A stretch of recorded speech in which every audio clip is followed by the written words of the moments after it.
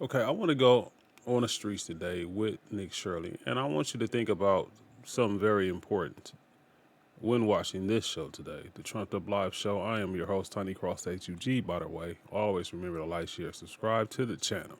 But I want you to think about something with regards to socialism and the role that the Democratic Party has been playing as they are seeking to have more control of not only its constituency, whoever they may be at the moment, but also of the entire United States of America. As you see more Democratic states are just going so much haywire with policy, so much haywire with immigration, specifically in the Southwest of the United States. You know where I am from. Here we are. We have to consider the role that AI is going to play in this.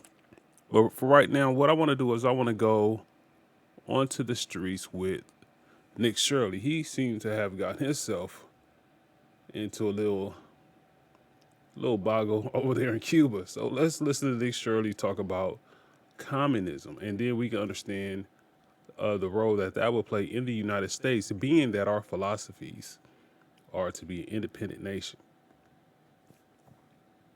All right, depending when this comes out, or if it does, we are currently being tailed by Cuban intelligence here in Havana, Cuba. I came here, I've been wanting to make a video for so long about life in communism and showing people what communism is like in a place like Cuba, for instance. Came here to make this video, and when people think about communism, they typically just think about how communism is supposed to make everything equal, whether it be the amount of money someone makes or how food's distributed and how the markets are then controlled by the government. However, something that people do not think about, including myself, is how in communism they do not have freedom of speech. They don't have freedom of press. And therefore, they want to make sure everything that is posted or out in the world about their country is filtered or censored. So here in Cuba, as soon as I arrived into Cuba, I did everything that you need to do to come into Cuba as far as the documentations that it takes to come into Cuba. Right now, there's a big problem taking place here in Cuba, the largest humanitarian crisis they've had in maybe 50 years.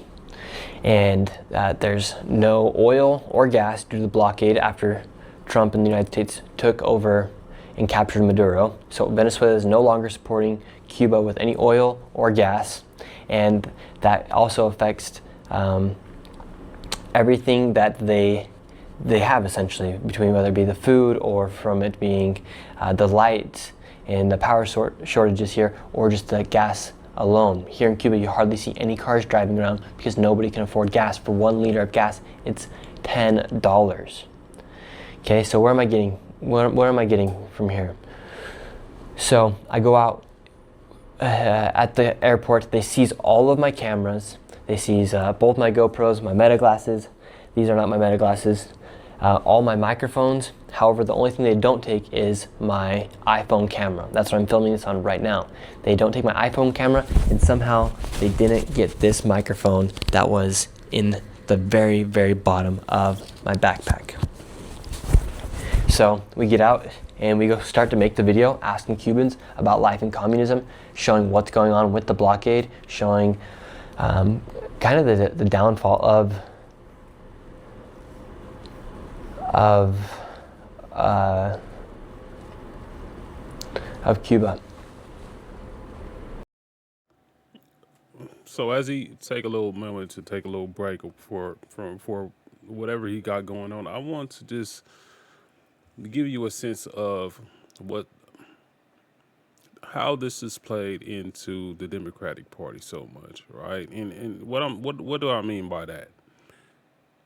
As you see that the United States is being so dependent on foreign sources to deliver its goods, its products, whether it's military, whether it's medicine, whether it's some of our weaponry, chip making, steel, food products. You know, 80% of our food, particularly beef right now, is coming from foreign sources.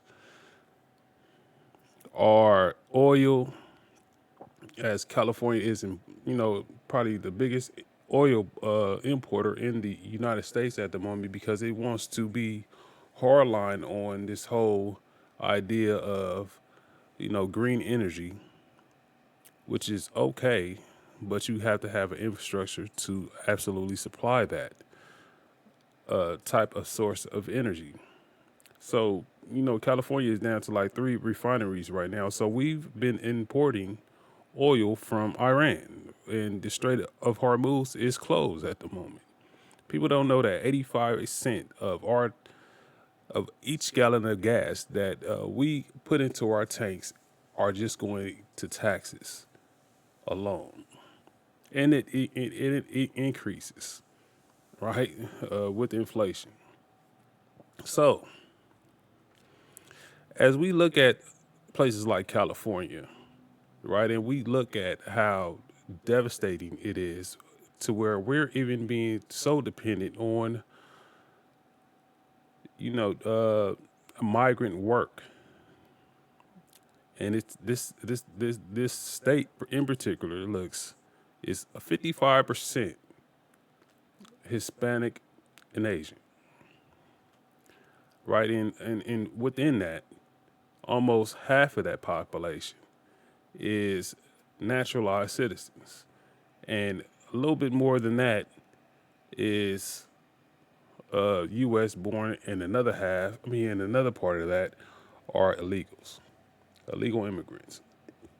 And so you see that California is just addicted to low wages from an economic standpoint and is pushing out the United States citizen out of California. In addition to that, while the United States citizen is getting pushed out of the state of California, you got more immigrants wanted to come in just based on the fact that in California they are getting supported from sanctuary city policies, sanctuary state policies, and they are also being supported with the idea of this,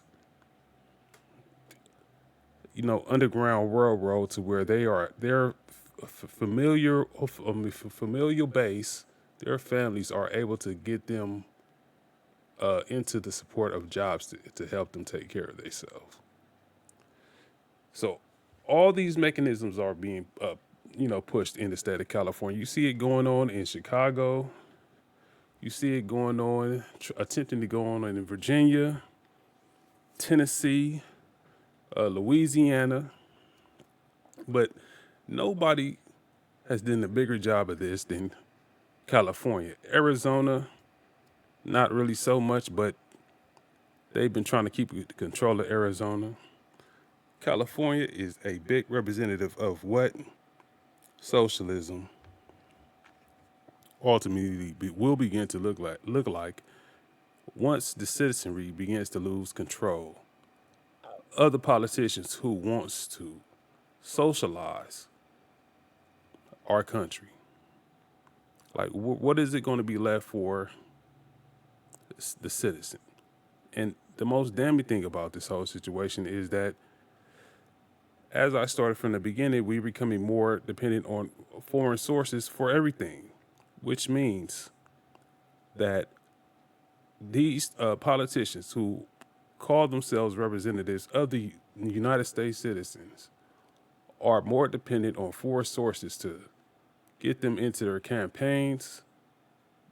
When you look at the Act Blue situation, and it's like we're going to have to beg these communist parties, such as China, Russia, Iran, in order for these individuals to run government.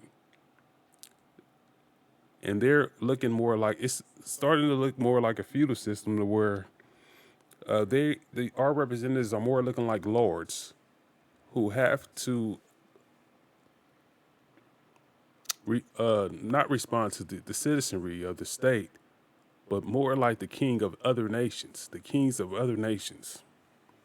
So just think about that for a moment as you listen to Nick Shirley talk about his current or his was president. He was president in Cuba.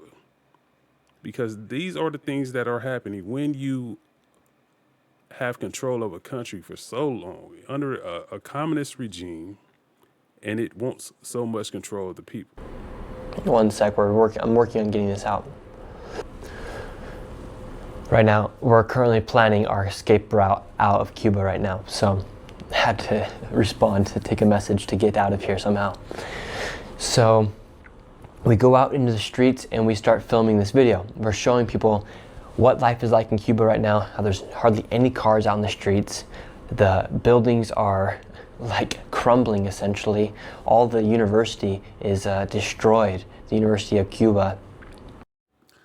I mean, do you want that to be California? Do you want all the billionaires to leave the state, which provides an income tax for California of up to 38%? Like, look what the whole idea of socialism has done to these other countries. While the Democratic Party is steady pushing us for control, they want to take our gun rights so we don't have the ability to overthrow the government. And here we are. We're about to introduce AI. And it's sad to see that Black Americans' rights have been diluted so much to allow all this to happen. And one thing that you got to believe is that,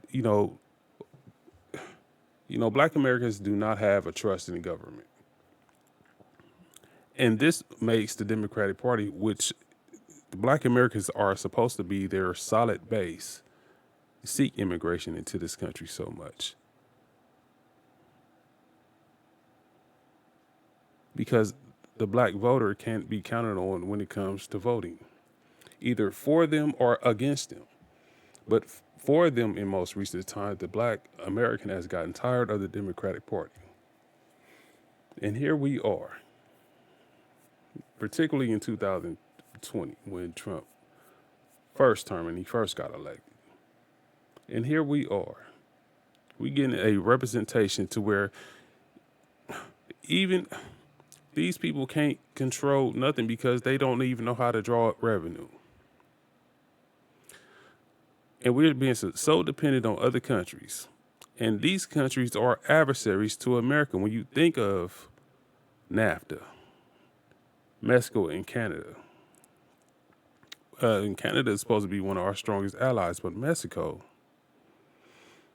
when you think about the cartel, when you think about the drugs that are being flooded over the border, when you think about people just forcing their way into the United States and telling this government that you're going to let us in and we're going to stay and we're not going to go back home. But not only from Mexico, from China, from some African nations. So it's like, how would this country look if we continue to allow our representation to make us be subservient to other nations instead of being an independent nation? An independent nation to where we, as a country, have a unity towards people, not a unity towards the party, and a loyalty towards the party. Because when you have a loyalty towards the party, this is exactly what you get. You get a regime like Iran with the IRGC, who is willing to kill 35,000 of its own citizenry just to keep them quiet. You get places like China. People want to escape China. You get places like North Korea.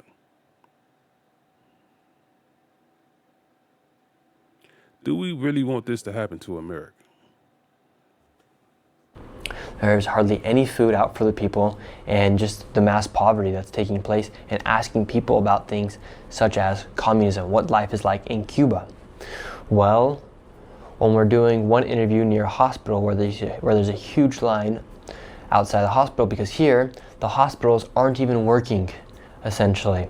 The lines are taking forever, and with their hospital and the government controlling the hospital, that also affects the power. So right now you currently have surgeons doing operations with flashlights because there's no power inside of the hotel, in the hospitals. Right now I'm in the only hotel in Havana that has 24/7 electricity, 24/7, because this is the only one that has that access. That's what the reason why I booked this hotel was, because their website was the only one that was operating 24/7. All the other ones weren't, so that's why I was able to get this hotel.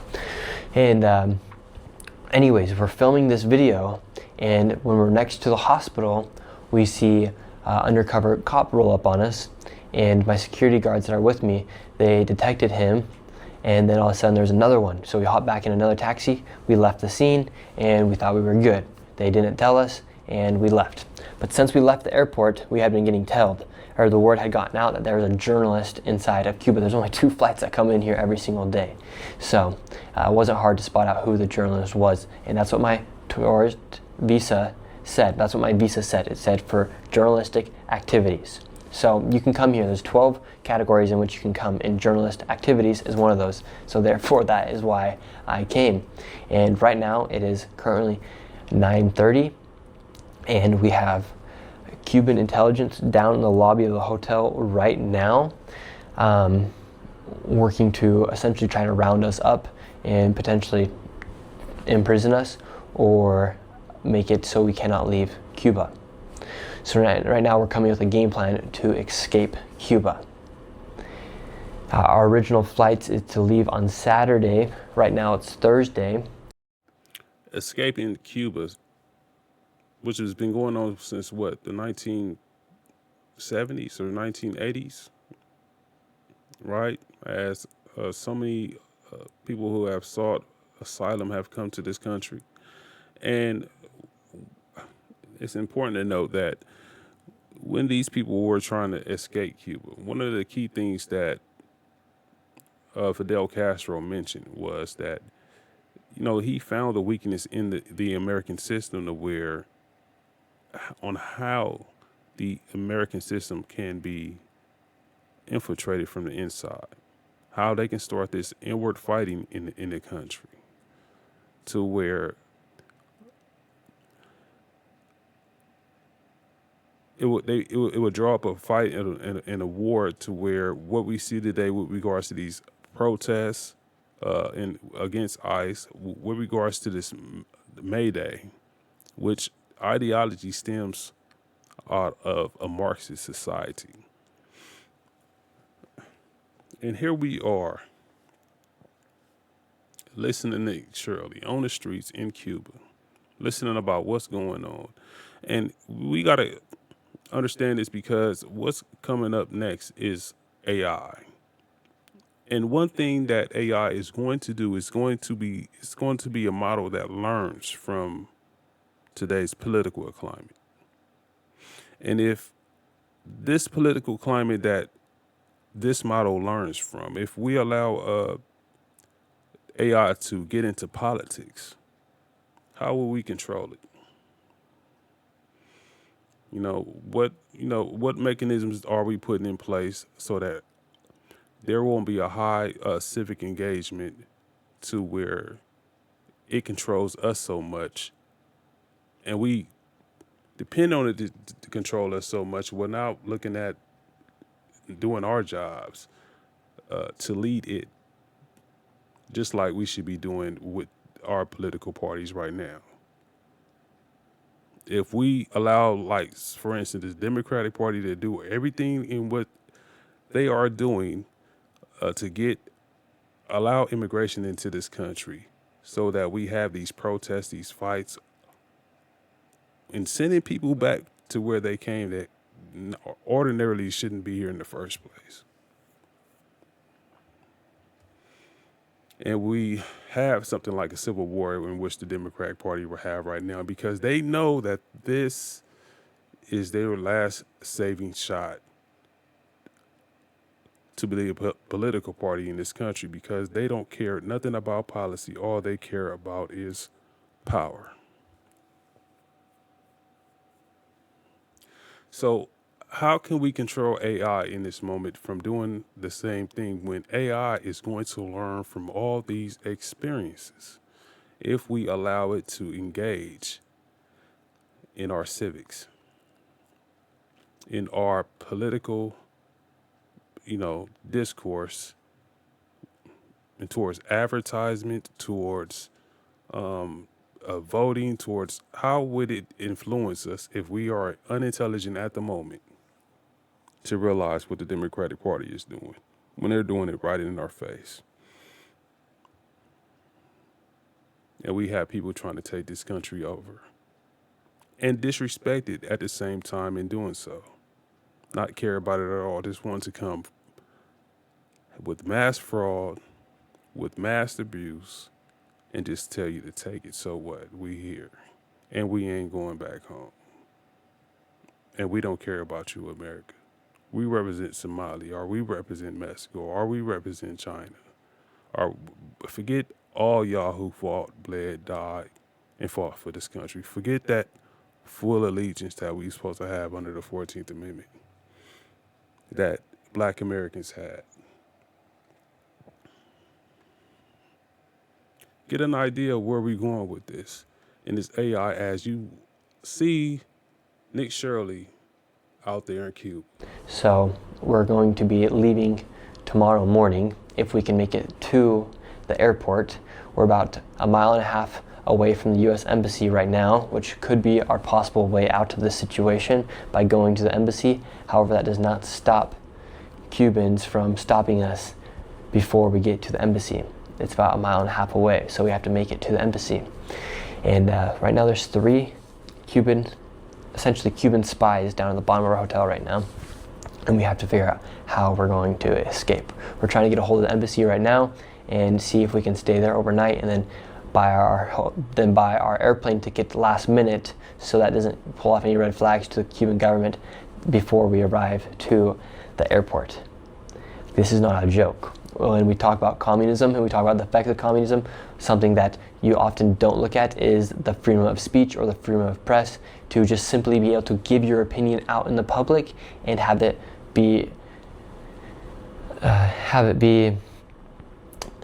then posted by a journalist. That's all I was doing today, was asking people about the current situation, asked a few people about communism, and that's when it really got bad. It was when this evening I left the hotel around 5 before sunset to go out, and the idea was we were going to go walk the streets of Cuba at night and show all the power shortage and how the lights get cut out and people don't have electricity at night. So we had planned to walk around the streets after the sun went down, and so I was conducting some interviews before the sun went down, and I asked a man about communism, and that's when we realized that the Cuban intelligence was at the hotel, because as soon as we walked out and I interviewed this man, we had a lady come up when I started talking about communism, and she started recording on the back. And we confronted her and said, "Hey, what are you doing?" And she's like, "Oh, I'm not taking a photo."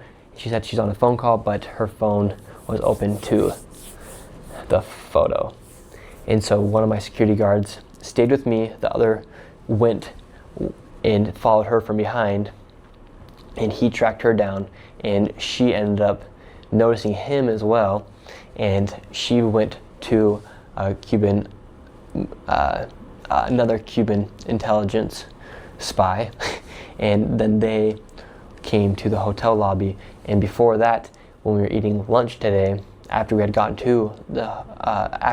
through customs at the airport, after they had seized all my stuff, my GoPros and my meta glasses and all my microphones, another man was at the hotel, and he was all by himself.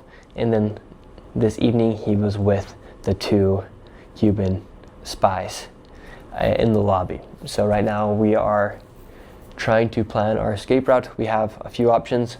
The main one is to leave here and then go play taxi tag, as far as hopping in another taxi to make sure we aren't getting trailed by them, and then make our way to the embassy, and then from the embassy buy our flight around 7 a.m., make it to the airport at 8 a.m., hop on our flight 8:30, and then be out of Cuba.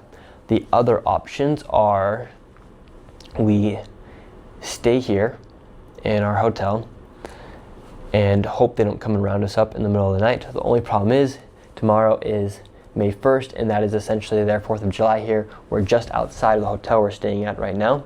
They are going to have a huge march for communism, for the current president, and that's their July 4th parade essentially. That is going to be taking place right outside our hotel. Had no idea that was happening beforehand, and until we got to the hotel and they said that happens every single year. It's their biggest march. They do each and every single year, and it is for communism. You cannot speak out against communism when you live inside of a communist country. Last time that happened in 2021 here in Cuba, lots of people were arrested, and it was not good. And the other times that happened were, I believe, like the 1960s. So communism does not allow the truth to be told. In fact, it just censors what people can do, and right now they are literally trying to kidnap and detain me and my 2 security guards that are here with me right now from leaving Cuba, and we're trying to do everything we can to somehow do something with this footage. And so if this video does make it out into the world, I have either been kidnapped or I am safe. If it's after May 1st, I am not kidnapped. But if the video is alright,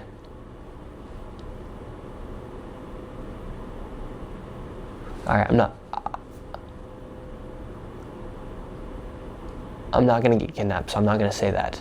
So I'm going to post this video though to show you guys the risk that we're in right now, and we are going to make it out of Cuba. If there's a will, there's a way. All right, so Nick Shirley made it out of Cuba. But man, I don't think he's going to be doing that no time soon. I just fail to believe that. Right, so I want to read to you a news article that I found was interesting because it just helps me explain this type of matter. As we are going into an AI and robotics era, we got to seek control. There's so many movies. Like, I don't know if y'all ever seen Halo. It was kind of interesting. Probably one of the most interesting sci-fis. Kind of like stories, episodes, or whatever it is that I've seen in a long time. I watched the whole season. Very interesting. But what you've seen how much control, particularly, robotics is played in that movie. It's kind of like a Star Trek. It's kind of like also the Fifth Element, right? To where when you think about the technology and its advancements and how it's going to be used to control people, it's kind of scary, right? And so we don't have an understanding of where this is going. As I look at people like, not to say anything bad about them, but Elon Musk, OpenAI, all these other big, highly intelligent people put this thing together in terms of a framework, which is expected within 10 years, a lot more people are not going to be working in the United States. So with that, AI is expected, according to Elon Musk, is expected to be taking care of everyone.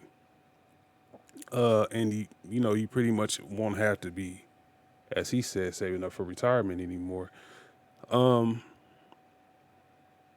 so this is the thing to where, okay, where is this going? And I'm telling everybody is there's going to be a lot more jobs being taken away when it comes to artificial intelligence and robotics coming into combination together, right? Where if artificial intelligence, they're driving cars, they're riding taxis, they're in restaurants, only thing that we haven't got to the point of doing is they're, cleaning hotels, cleaning houses and stuff like that. But as the technology increases, you're going to see more and more people outside of the workforce. Then you see inside of the workforce. And the only people that is going to be inside of the workforce, primarily the most people that benefits are the people who organize these technologies. So organize the different functions of technology so that it can do the jobs that ordinarily humans to do. The humans are going to be doing the harder jobs, while AI is pretty much going to be doing the easier jobs, some of which I just mentioned. And AI right now is building houses, because one thing we have fabricated housing right now. Robots are going to be building themselves. But I need to draw a particular point to how AI will play into politics. That is the deeper question. Because if AI begins to learn from us, and if it feels like it controls us, we will get something like a socialist group or a communist party, to where the AI actually begins to control us so much that we won't be able to move in terms of being this same independent nation that we are today, that we are supposed to be today. If it wasn't for the bad influences, we are, but Democratic Party got a lot of bad influences, and the Republicans have played their role in this and too. We got to remember that in the United States, we had a culture of white supremacy, and this is why you see so many people coming to the United States, because of the culture that the Black American has given to the United States for these people to absolutely seek refuge.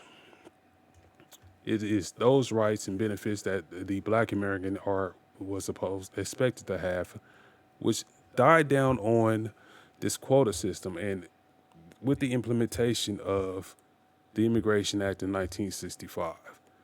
But it is the Civil Rights Act of 1964. It is the Voting Rights Act of 1965, which, like I go into all the time, was meant for Black people, Black Americans, which makes these people absolutely makes people from other countries feel welcome. Not to mention not to forget to mention birthright citizenship under the 14th Amendment. Okay, so this was a risk. I don't want to pull this over here because I have like 3 computers, and it's on one of my opposite computers right now. I can pull it up on the screen, but technical difficulties right now. So this person, right, her name is Abby Princeton. In 2025, in March 23rd, 2025, says the political dangers of artificial intelligence. So just listen up for me real quick. Risks and regulations. So artificial intelligence presents potential artificial intelligence presents the potential for higher civil engagement with an ease of streamlining difficult information. For example, one can ask chatbots to draft a letter to an elected official, or ask to summarize a bill running through Congress. That said, artificial intelligence has threatening impacts on politics, changing the geopolitical landscape for the future. Voters can be misled now more than ever, with people circulating AI-generated content at a click of a button.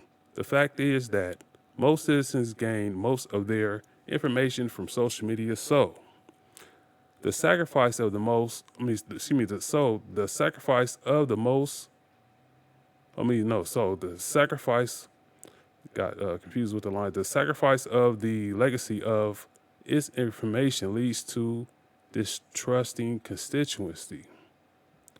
With AI becoming even more powerful, it is more crucial than ever to take steps to regulate its implication and make sure that it is only used for beneficial purposes.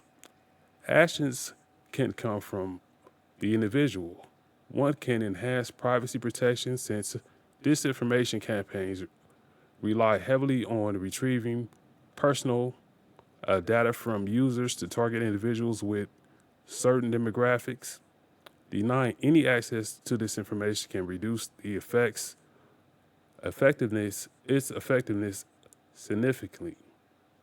On a broader scale, government and international organizations must establish regulations to govern AI use in politics. These regulations should address issues such as transparency, accountability, and ethical considerations. For instance, AI-generated content should be clearly labeled to distinguish it from humans created material. Additionally, safeguards must be implemented to prevent the misuse of AI from propaganda or surveillance purposes. One of the big issues that China has right now is with regards to how much it is doing surveillance on its citizenry with the use of AI. So that's just a quick snapshot of what we have to look forward to when it comes to AI. Are we going to have political parties the way we do in the future? And who are going to be control of our political parties as AI begins to take over?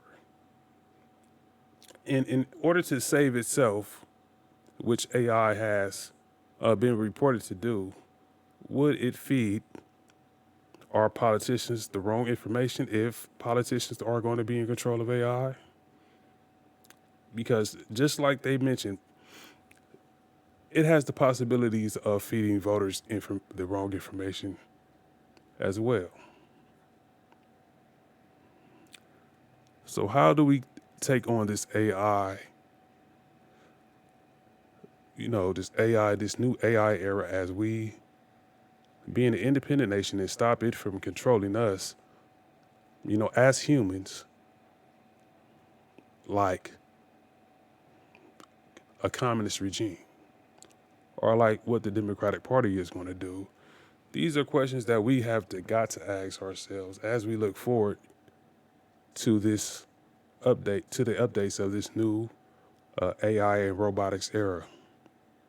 I'm glad to be out of the industrial area, and I'm glad to actually take on this challenge, not particularly with regards to politics, but maneuvering into this era and using AI to do more of my workload, the easier stuff, while I am able to focus on the hard. Tiny Cross-H.U.G on the Trumped Up Live Show. Always remember to like, share, subscribe to the channel. It's a good day to be a soldier.